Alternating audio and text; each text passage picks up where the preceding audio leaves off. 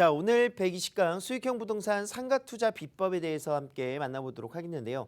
역시나 이제 투자에 있어서 상가라는 한 분야를 정확하고 냉철한 시선으로서 바라보기 위해서는 시간적인 부분의 할애가 굉장히 또 중요할 것 같습니다. 그래서 오늘 첫 시간으로서 상가 투자 비법 첫 번째 시간 함께 갖도록 하겠습니다.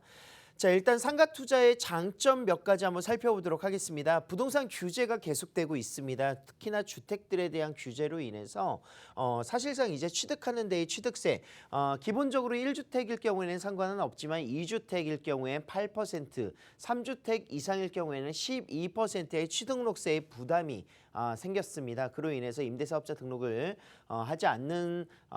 하지 못하는 이런 아파트일 경우에는 굉장히 취득세의 부담분이 많이 커지는 모습들을 보여주고 있고요. 특히나 이제 종부세의 상향이라든가 제사세의 상향들, 그리고 나중에 처분 시에 양도소득세의 중과적인 부분에서 다주택자는 앞으로 투자하기가 굉장히 점점 더 어려워지는 시장이 형성되고 있다, 이렇게 볼 수가 있겠습니다. 자, 특히나 이제 다주택자들의 규제가 있기 때문에 상가 같은 경우에는 보유수, 몇 개의 상가를 보유하고 있느냐에 따라서 규제를 따로 받지 않습니다. 그래서 보유수에 제한이 없는 일반 과세로서의 장점들을 가지고 있고요. 특히나 이제 편리한 유지 관리 및 보수가 가능하다. 임차인들이 기본적으로 리모델링이라든가 또는 이제 원상복구의 의무를 지고 이제 임차를 맞춰서 들어오게 되어 있습니다. 그래서 보수적인 부분이라든가 유지 관리가 굉장히 용이한 장점들을 가지고 있고요.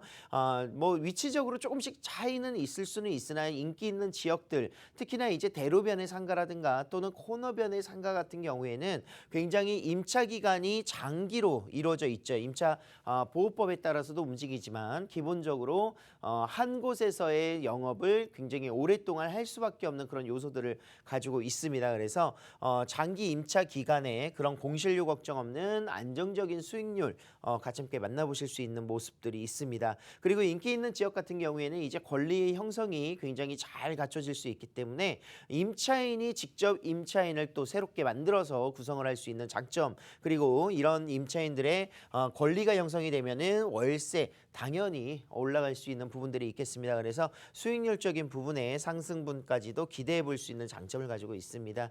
자, 임대기간 만료 시에 새로운 임차인의 구성도 직접 임차인들끼리 구성해서 나타날 수 있기 때문에 권리가 형성이 된다면 새로운 임차인 맞추는데도 어려움이 없는 이런 모습들이 상가 투자의 장점이다, 이렇게 체크를 해보고 있습니다. 자, 상가를 4가지 정도로 구분을 좀 할 수가 있겠는데요. 어느 상가에 내가 적합하게 투자를 해야 되는지는 이 4가지 중에서 한번 살펴보시면 좋을 것 같습니다. 일단 기본적으로 주택가에 위치되어 있는 신축 건물의 1층에 주로 1층과 2층에 근린생활시설로 만들어져 있는 상가들이 바로 근린상가가 되겠습니다.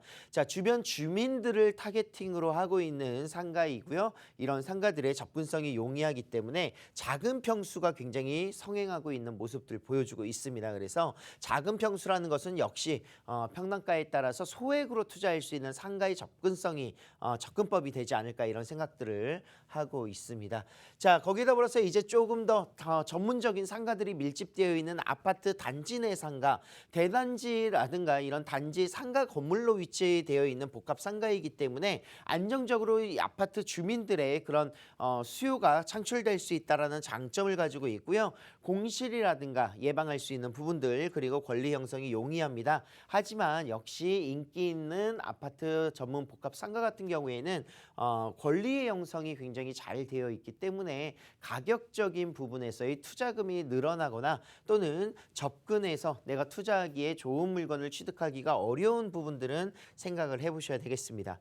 자, 다음으로는 상가 주택입니다. 상가와 주택이 혼재되어 있는 건물인데요. 1층과 2층은 주로 상가를 쓰고요. 3층, 4층은 이제 주택을 사용하는 이런 중소규모의 준주거 지역에 위치하고 있는 상가주택이 되겠습니다.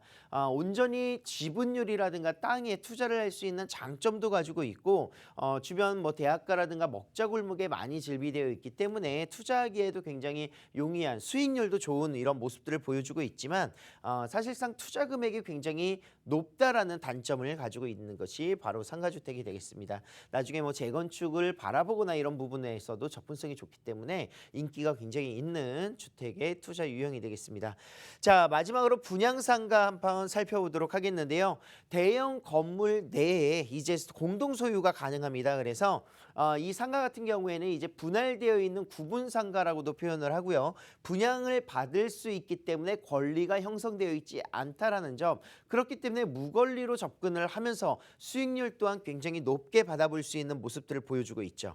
쇼핑몰이라든가 복합 상권에 굉장히 용이한 모습이고요. 뭐 의료 전문 시설 병원의 그런 메디컬 센터라든가 이런 부분들에 굉장히 유리한 부분들을 가지고 있기 때문에 역세권이라든가 유동인구의 밀집도가 굉장히 우수한 장점들을 보여주고 있는 것이 바로 분양상가가 되겠습니다. 자, 상가 투자 체크 포인트 6가지 한번 살펴보도록 하겠는데요. 상가를 투자할 때 어떤 부분들을 체크해야 되느냐. 사실 이렇게 쭉 나열해서 제가 안내를 드리지만 하나하나 세부적으로 체크하고 관리해야 될 것들이 굉장히 많기는 합니다. 일단 첫 번째, 가장 큰 범위 내에서 투자 지역을 선정을 하셔야 될 것 같습니다. 그래서 어느 지역에 내가 투자를 할 것인가, 그거에 따라서 상가의 유형들이 결정이 되고 투자 금액이 결정이 될 수 있다는 점이 되겠습니다. 생계형 상가 투자일 경우에도 내가 몇 억 들이지 않는 금액으로 투자하실 때는 이제 뭐 지방권이라든가 수도권 지역에는 굉장히 소액으로 투자할 수 있는 이런 생계형 상가 투자가 충분히 가능하고요. 서울의 중심권에 위치하고 있는 이런 상가일 경우에는 뭐 기본적으로 10억, 20억 이상부터 시작을 하기 때문에 금액적인 부분에서의 단가가 굉장히 높게 형성될 수 있는 그런 요소들이 있습니다. 그래서 유형이 바뀔 수 있다. 그리고 투자 금액이 바뀔 수 있다는 점에 따라서 투자 지역을 선정해 보셔야 될 것 같습니다. 자, 그 상가가 밀집되어 있는 지역, 바로 상권이라고 표현을 합니다.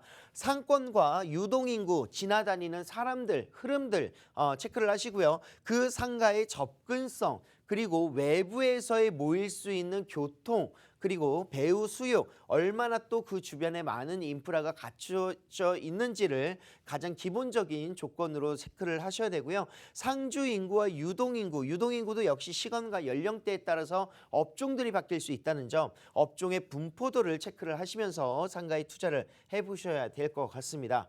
자, 권리금의 형성의 유무, 권리금이 형성이 되어 있는지 없는지, 그리고 활성화가 되어 있는 지역인지 아닌지도 내가 상가를 투자할 때 가장 중요한 요소 중에 하나가 될 것이고요.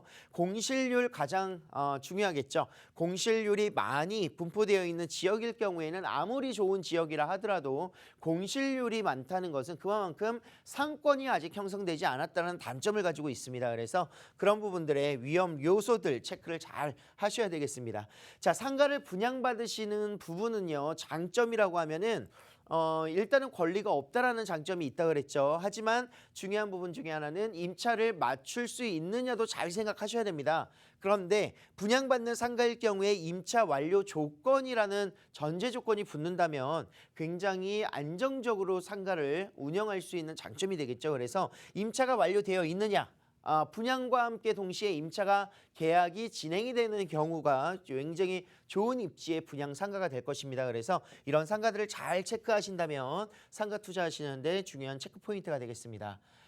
자, 마지막으로 투자 전략 살펴보겠습니다. 구축, 오래된 상가보다는 신규 상가를 저는 조금 더 추천을 드리는데요. 왜냐하면 오래된 상가일 경우에는 더욱더 많은 것들을 체크해야 되고 유지보수라든가 이런 부분들의 가감을 좀 잘 따져보셔야 되는데, 신규 상가일 경우에는 권리적인 부분, 이런 부분들이 다 권리에 들어가야 될 텐데 권리적인 부분에 무권리로 접근할 수 있는 장점을 가지고 있기 때문에 투자의 가성비라든가 수익률이 좋아질 수 있는 장점을 가지고 있습니다. 그래서 입지와 배후 인프라만 잘 살펴보신다면 신규 상가가 훨씬 더 투자하실 때는, 신규 상가 투자를 하실 때는 굉장히 이로운 점들이 많다, 이렇게 볼 수가 있겠고요. 자, 인구의 배후 수요도 체크를 하셔야 되는데 단순히 현재의 수요만 보실 것이 아니라 앞으로 편입될 수 있는 수요라든가 뭔가 개발 호재가 있어서 편입될 수 있는 수요들이 또 있겠죠. 거기에 더불어서 실질적으로 돈을 쓸 수 있는 또는 사용할 수 있는, 소비할 수 있는 항아리 상권, 이런 유효 수요들이 존재하고 있는지를 잘 체크하셔야 될 것 같습니다. 단순히 그냥 이동 동선에 위치하고 있는 상가가 아닌 그곳에 무언가 목적성을 가지고 가서 상가에서 무언가 소비 패턴이 이루어져야 상가가 잘 활성됩니다. 그래서 유동인구의 그런 이동 동선을 잘 체크하시고요. 위치적인 부분에서는 코너변, 가시성이 굉장히 좁기 때문에 코너변이라든가 대로변, 대로변은 이제 이동 동선에서 이런 중요한 요소들의 접근성이 좋다라는 거죠. 거기에 전문 상가 건물들에 직접적인 투자를 하신다면 가시성이라든가 접근성이라든가 굉장히 우수한 부분으로서 안정성을 같이 함께 꾀할 수 있는 장점을 가지고 있습니다. 자, 소비층도 어떻게 움직이는지 이런 소비 심리 파악하셔야 됩니다. 도보를 이용해서 지나가는 곳인가, 차량을 이용해서 다니는 곳인가, 아니면 어느 연령대가 주로 소비층을 형성하고 있는 곳이고 업종 유형들은 어떤 게 들어갈 수 있는지를 잘 보셔야 될 것 같습니다. 그리고 부동산 시장에서 가장 안정적으로 투자할 수 있는 방법, 성공할 수 있는 방법, 주변 시세보다 싸게 사는 거겠죠. 그래서 주변 시세보다 싸게 매매 또는 분양을 위한 사전 조사 충분히 보시면서 상가도 역시 정말 어렵다면 어렵지만요. 단순하게 심플하게 좋은 상가, 목을 고르는 방법은 보는 눈은 똑같습니다. 이곳이 정말 활성화가 잘 될 수 있는 또 활성화가 되어 있는 곳에 주변보다 조금 싸게 내가 상가를 살 수 있다면 정말 성공적인 상가 투자를 할 수 있는 전략이 될 것이라고 확신을 하고 있습니다.